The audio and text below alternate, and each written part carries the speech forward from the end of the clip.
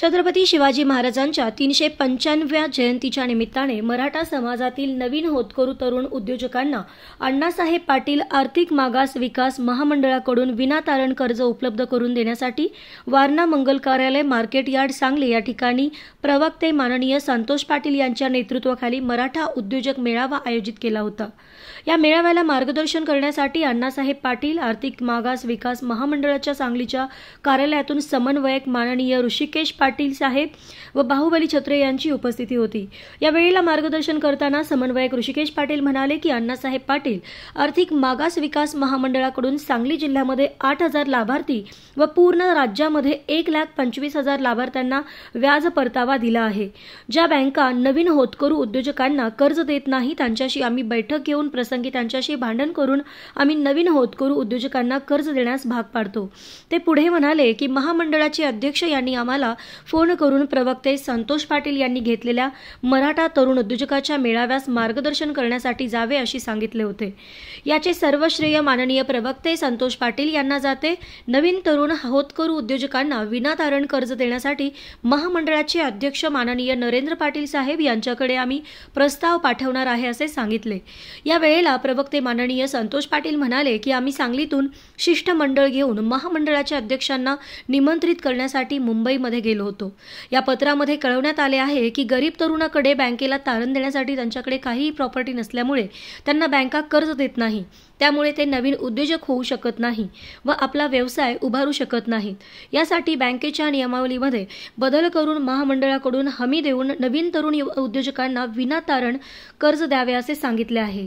यावेळी इनोवा टेक्नॉलॉजीचे मुख्य कार्यकारी अधिकारी Anirudh Shinde, Amol Chavan, Valentina group of industries, Nitin Sasane, Rajendra Raut यांनी तरुण उद्योजकांना मार्गदर्शन केले। यावेळेला प्रशांत पाटील, आशा पवार, भारती थोरात, प्रताप पाटील, महेंद्र शिंदे व शेकडो मराठा तरुण उद्योजक उपस्थित होते। छत्रपती शिवाजी महाराज की जय। छत्रपती शिवाजी महाराज की जय। जय भवानी, जय शिवाजी।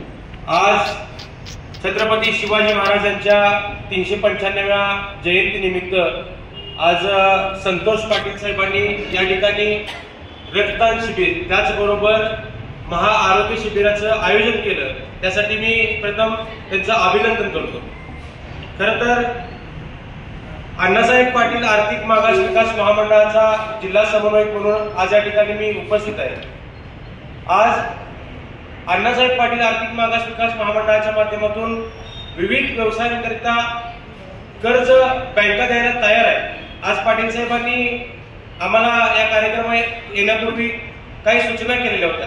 त्याच्यामध्ये त्यांनी प्रामुख्याने एक मुद्दा उपस्थित केला, तो म्हणजे बँका मराठा समाजातील नवतरुणांना जे नवीन व्यवसाय करू इच्छितात, ज्यांच्याकडे शेती नाही आहे, ज्यांच्याकडे घर नाही आहे, अशा तरुणांसाठी अण्णासाहेब पाटील महामंडळाने काहीतरी इनिशिएटिव्ह घेतला पाहिजे, काहीतरी ठोस पावले उचलली पाहिजे, जेणेकरून बँका त्यांना कर्ज द्यायला तयार होतील। विदाउट मॉर्गेज कर्ज कशा पद्धतीने त्यांना उपलब्ध करून दिले जाईल, या संदर्भात अण्णासाहेब पाटील महामंडळाच्या माध्यमातून प्रयत्न झाले पाहिजेत असं त्यांचं म्हणणं होतं। खरं तर ही गोष्ट खरी आहे पाटील साहेब। आज आपण अनेक नॅशनलाइज बँका पाहतो किंवा कॉर्पोरेटिव्ह बँका पाहतो किंवा प्रायव्हेट बँका पाहतो। या बँका विदाउट मॉर्गेज कर्ज देण्यासाठी तयार नव्हत्या। काही वर्षापाठीमागे म्हणजे 2018 साली आपल्या योजनेची पुनर्निर्मिती करण्यात आली। खरं तर अण्णासाहेब पाटील महामंडळ हे 1996 पासून सुरू आहे, पण 2018 साली माननीय मुख्यमंत्री देवेंद्र फडणवीस साहेब यांनी या योजनेची पुनर्निर्मिती केली आणि एक नवीन योजना अस्तित्वात आणली आणि या योजनेसाठी बँका कर्ज देतील आणि त्या कर्जावरचं व्याज जे आहे ते सरकार म्हणजेच अण्णासाहेब पाटील महामंडळ भरणार अशी योजना सुरू झाली। सुरुवातीला या योजनेसंदर्भात अनेक बँकांमध्ये संभ्रम होता, पण अण्णासाहेब पाटील महामंडळाचे समन्वयक असतील किंवा पदाधिकारी असतील किंवा स्वतः चेअरमन नरेंद्र पाटील साहेब असतील यांनी अनेक तालुक्यांमध्ये दौरे केले, अनेक गावांमध्ये गेले, अनेक बँकांच्या भेटी घेतल्या।